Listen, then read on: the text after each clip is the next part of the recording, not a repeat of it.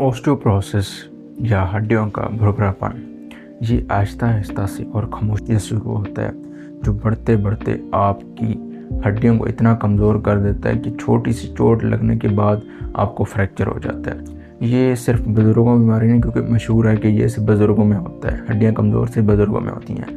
ये आजकल के यंग जनरेशन नौजवानों में ये हो रहा है। क्यों हो रहा है? हमारे फूड खुराक की नाकिस खुराक की वजह से और खुराक ना लेने की वजह से, जैसे कैल्शियम और विटामिन डी ना लेने की वजह से बोन कमज़ोर हो रही हैं। और सेडेंटरी लाइफस्टाइल, मतलब सारा दिन कमरों में बैठी हैं, मोबाइल और लैपटॉप की स्क्रीन्स के सामने बैठी हैं, तो सूरज की रोशनी नहीं ले पाते, जिसकी वजह से ये ऑस्टियोपोरोसिस की कंडीशन हो रही है। तो आज सबसे पहले हम समझेंगे कि बोन का सिस्टम।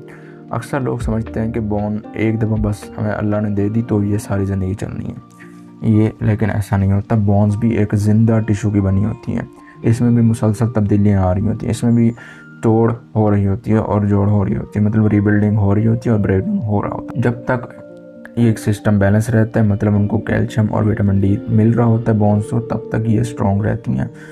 और जब तक ये रीबिल्डिंग हो रही होती है तब तक ये स्ट्रॉन्ग रहती हैं, वरना ये आहिस्ता आहिस्ता से पोरस और फ्रेजाइल हो जाती हैं। मतलब कि ऐसा समझें कि ये एक स्पॉन्ज की तरह, मतलब फोम की तरह हो जाती है। बोन्स में अगर नॉर्मल बोन देखी जाए, ये भी एक फोम की तरह होती है, लेकिन उसमें थिकनेस ज़्यादा होती है। और एक ऑस्टियोपोरोसिस वाली बोन, उसकी स्पॉन्ज की वॉल बहुत पतली पतली सी होती हैं, जो आहिस्ता से चोट लगने के बाद टूट जाती हैं। इसकी मेजर रीज़न्स क्या हैं? मेजर रीज़न में सबसे ज़्यादा वहीं विटामिन डी की कमी। विटामिन डी की कमी भी हमारी वीडियो आप देख सकती हैं। विटामिन डी क्या होता है? विटामिन डी की कमी की वजह से कैल्शियम अब्जॉर्प्शन जो ज़रूरी होती है वो नहीं हो पाती, और सूरज की रोशनी नहीं ली जाती, इंडोर एक्टिविटीज़ और पुअर डाइट की वजह से ये डेफिशिएंसी होती है। कैल्शियम की कमी सबसे बड़ी वजह है। कैल्शियम की कमी आपकी बोन्स को बिल्डिंग ब्लॉक्स जो होती हैं, कैल्शियम बिल्डिंग ब्लॉक के तौर पे काम करता है ना बॉडी में, तो वो बिल्डिंग ब्लॉक कम हो जाती हैं। ठीक है, अगर आप कैल्शियम को ज़रिए अपनी डाइट नहीं ले रहे, तो कैल्शियम को तो बॉडी की तो ज़रूरत है, बॉडी ने तो कहीं ना कहीं से कैल्शियम लेना है। तो बॉडी से कैल्शियम कैसे लिया जाएगा? तो बॉडी ऐसा करेगी, कैल्शियम हड्डियों से लेना शुरू कर देगी और अपने जिस्म को चलाने के लिए। अगर बॉडी कैल्शियम बोन से लेना शुरू कर देती तो बोन्स तो वीक्स बिल्कुल होंगी।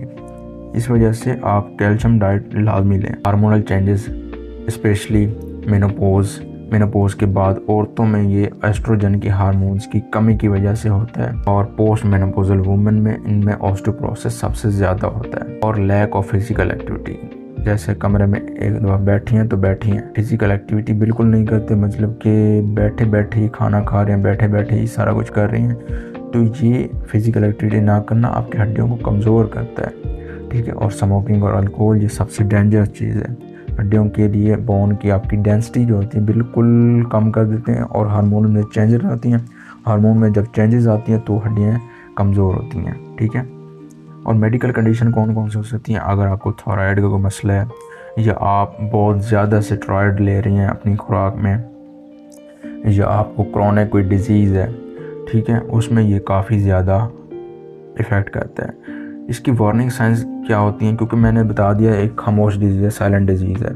ठीक है, ये आहिस्ता आहिस्ता से इसके सिम्टम बढ़ती हैं। इसमें आपको वार्निंग साइंस क्या क्या मिलेंगी? आपकी अगर हाइट में कमी आ रही है और आपका स्टूप पोस्चर आ रहा है, स्टूप पोस्चर मतलब कि आप झुक के चल रहे हैं। और तीसरा ये कि अगर आपको कोई छोटी सी भी चोट लगी है उसके बाद फ्रैक्चर हो गया है, ठीक है, और आपको कोई पेन या कंप्रेस फ्रैक्चर भी हो जाए ना, बैक पेन आ रहा है या कोई बैक के कुछ डिस्क के फ्रैक्चर हो गया, तो ये ऑस्टियोपोरोसिस की वजह हो सकता है। इसको अपनी प्रिवेंट कैसे करना है? वहीं आपने विटामिन डी और कैल्शियम को अपनी डाइट में शामिल करना है। मतलब सिंपली आपने विटामिन डी कहाँ से लेना है? सूरज से लेना है। 15 से 20 मिनट आप सूरज के सामने बैठ जाएं, और सुबह की धूप इसमें लेना ज़रूरी है। ठीक है, सुबह की धूप मतलब कि 10 बजे तक की धूप बेहतर है, और शाम 4 बजे के बाद की धूप। कैल्शियम रिच फूड लें, दूध लें, दही लें, पनीर लें, ग्रीन वेजिटेबल लें। उसके साथ विटामिन डी जैसे मैंने बता दिया सूरज से लें, मछली से लें, अंडे से लें। ऐसी एक्सरसाइजेस करें जो आपका वेट को, आपकी बोन्स को स्ट्रॉन्ग बनाए, क्योंकि एक्सरसाइज बोन्स को स्टिमुलेट करती हैं ताकि वो स्ट्रॉन्ग हो। इसमें क्या आ गई? ब्रिक्स वॉक आ गई, उसके साथ स्ट्रेट क्लाइंबिंग आ गई, मतलब लाइट एक्सरसाइज करें اور ویٹ اٹھانے والی ورزشیں کریں، مطلب چھوٹے چھوٹے سے وزن بالکل کہ سمپل آپ کے بون کو مضبوط بنایا جا سکتے۔